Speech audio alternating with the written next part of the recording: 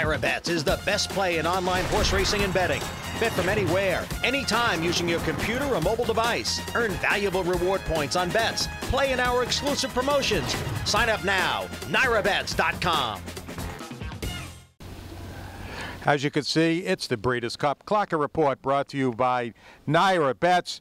You could be eligible for a $1,000 sign-up bonus. To find out all the details, go to NYRABets.com. Well, things finally got a little busier here at Del Mar, the site of the 2017 Breeders' Cup. We finally had a handful of workouts today. Only had one in the previous 2 days, but 5 recorded works today from potential Breeders' Cup contenders, although one maybe on the outside looking in as far as the AE list goes, but that remains to be seen at entry time on Monday. But the star of the day from a workout standpoint, no doubt, American Pastime. Boy, did he have his running shoes on this morning.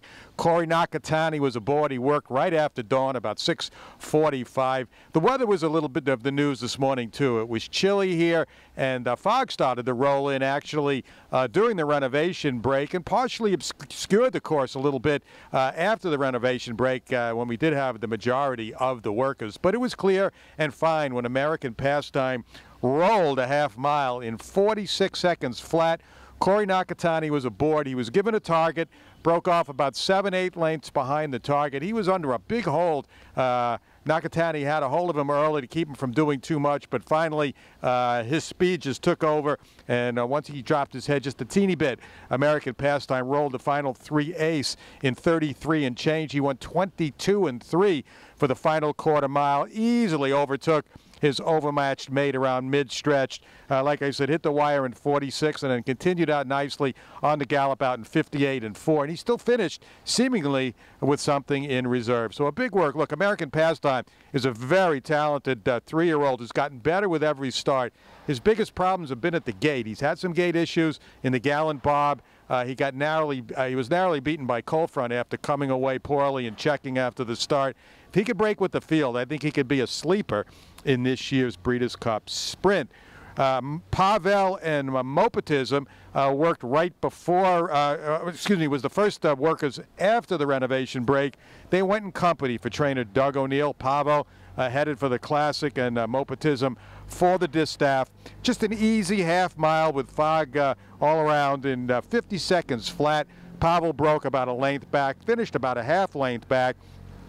Both going easy to the wire. I thought the best part of this move was actually the gallop out. Both went out very strongly into and around the turn. 5/8 in 102-3 and 6 furlongs in approximately 115-4. I say approximately because from my vantage point, right over the wire on the 6th floor, actually, there's a big tent in the infield, and it kind of blocks the 6 furlong pole there. So I say approximately 115-4, but you could tell, time notwithstanding, that they both were doing well going out at the end of the work.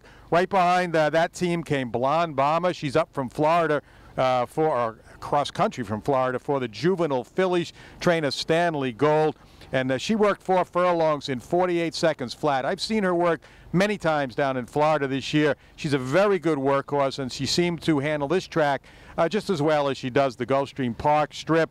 Broke off at the 3.5, finished a 1/16 of a mile past the wire.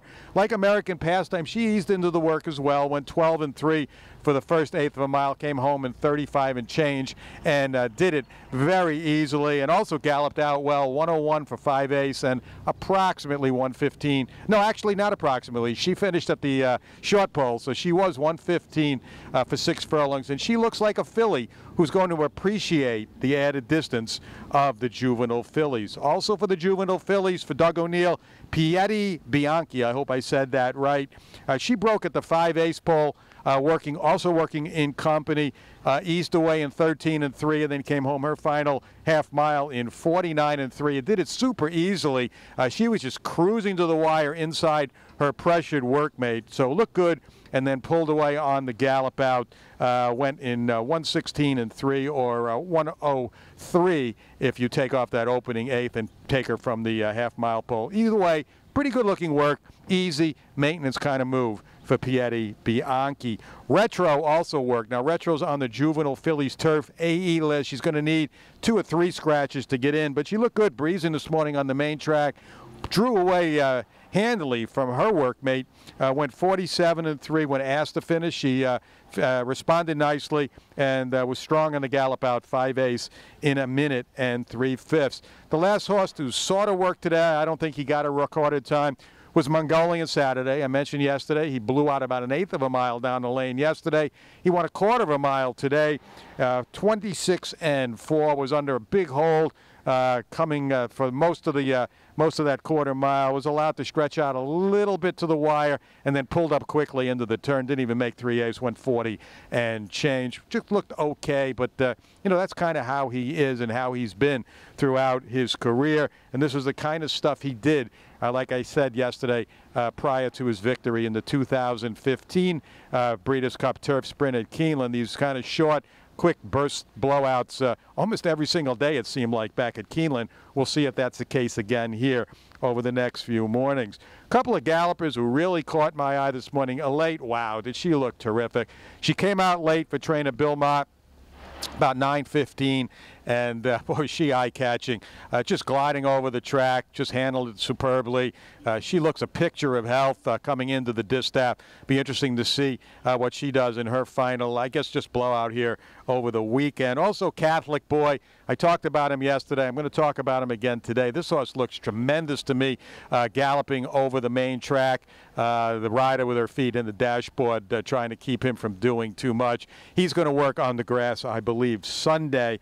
And I must mention we had a little bit of a interesting development here during the second training session. Shop Azteca, coming down the stretch, lost his saddle pad, or lost his saddle towel and his saddle pad about the 16th pole. Apparently another horse in front of him caught his eye. He tried to go after the horse, pulling on his rider, and the saddle pad and towel came out at that point. But the professional he is, he did recover. He got a little goofy going into the turn, but pulled up without incident. I talked to trainer George Navarro afterwards. Never a dull moment, he said, but he came back to the barn doing well and kind of changed his plans, workout plans, I guess. What happened today, he said he's so eager, he's so sharp right now, he's going to work him tomorrow instead of waiting till Sunday or Monday. And we will have lots of activity tomorrow here. Saturday and Sunday going to be big work days here at Del Mar. Hopefully the fog will stay away. The weather will remain nice and pleasant as it has been. A little chilly and then it warms up as the morning goes on. And we're going to warm up with more and more of these DRF Clocker reports as we continue on toward Breeders' Cup 2017, just a week away now here at Del Mar.